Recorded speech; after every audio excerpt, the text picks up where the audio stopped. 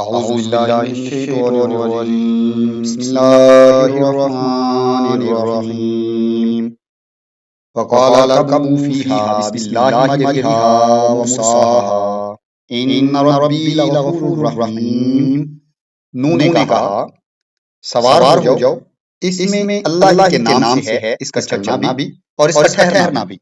ارکبوا فعل امر، سوار ہو جاؤ فیہا اس کشتی میں، بسم اللہ اللہ کے نام کے ساتھ، مجریہا اس کا چلنا بھی ہے، ومرساہا اور اس کا رکنا بھی ہے۔ ان ربی لغفور رحیم، بے شک میرا رب بڑا غفور رحیم ہے۔ نو نے سب سے کہا اس کشتی میں سوار ہو جاؤ، اللہ کے نام کے ساتھ اس کشتی کا چلنا بھی ہے اور اسی کے نام سے اس کا ٹھہرنا بھی ہے۔ میرا رب بڑا ہی غفور رحیم ہے۔ اور یہی ہے مومن کی اصلی شان، وہ اس دنیا میں رہتے ہوئے اپنی ساری تدابیر کرتا ہے اور قانون فطرت کے دائرے میں رہ کر کرتا ہے۔ وہ ان تدابیر کو مکمل کرنے کے بعد بھروسہ صرف اللہ کی ذات پر کرتا ہے۔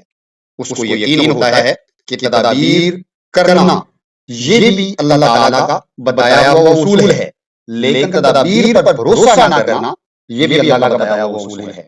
تدابیر کے ہوتے ہوئے بھی تدابیر ختم ہو سکتی ہیں، ناکارہ اور بیکار ہو سکتی ہیں، ضائع ہو سکتی ہیں، لیکن اگر اللہ پر بھروسہ کیا جائے تو وہی تدابیر پایۂ تکمیل تک بھی پہنچ سکتی ہیں۔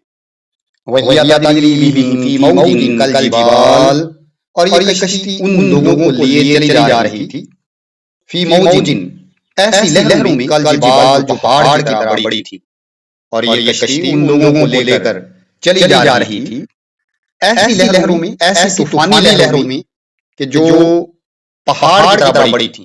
وَنَادَىٰ نُوحٌ ابْنَهُ، اور نوح نے اپنے بیٹے کو پکارا جو پیچھے رہ گیا تھا۔ وَكَانَ فِي مَعْزِلٍ، اور وہ دور کنارے پر تھا یا دوری پر تھا، فاصلے پر تھا۔ یا بنی ارکب معنا، اے میرے بیٹے ہمارے ساتھ سوار ہو جاؤ۔ وَلَا تَكُن مَعَ الْكَافِرِينَ، اور کافروں میں شامل نہ ہو جاؤ۔ کشتی ان لوگوں کو لیے چلی جا رہی تھی اور ایک ایک لہر پہاڑ کی طرح اٹھ رہی تھی۔ نوح کا بیٹا دور فاصلے پر تھا۔ نوح نے پکار کر کہا بیٹا ہمارے ساتھ سوار ہو جاؤ، کافروں کے ساتھ نہ رہ جاؤ۔ قال سآوی إلى جبل يعصمني من الماء، تو اس بیٹے نے کہا کہ میں پناہ لے لوں گا، سآوی میں پناہ لے لوں گا، إلى جبل اس پہاڑ پر، يعصمني من الماء وہ مجھے اس پانی سے بچا لے گا۔ تو اس نے پلٹ کر جواب دیا کہ میں اس پہاڑ پر چڑھ جاؤں گا، پناہ لے لوں گا جو مجھے پانی سے بچا لے گا۔ قال لا عاصم اليوم من امر الله الا من رحم، تو حضرت نوح نے کہا آج اللہ کے حکم سے کوئی بچانے والا نہیں ہے مگر وہی بچے گا جس پر اس کا رحم ہوگا، مگر وہی بچے گا جس پر وہ رحم کرے گا۔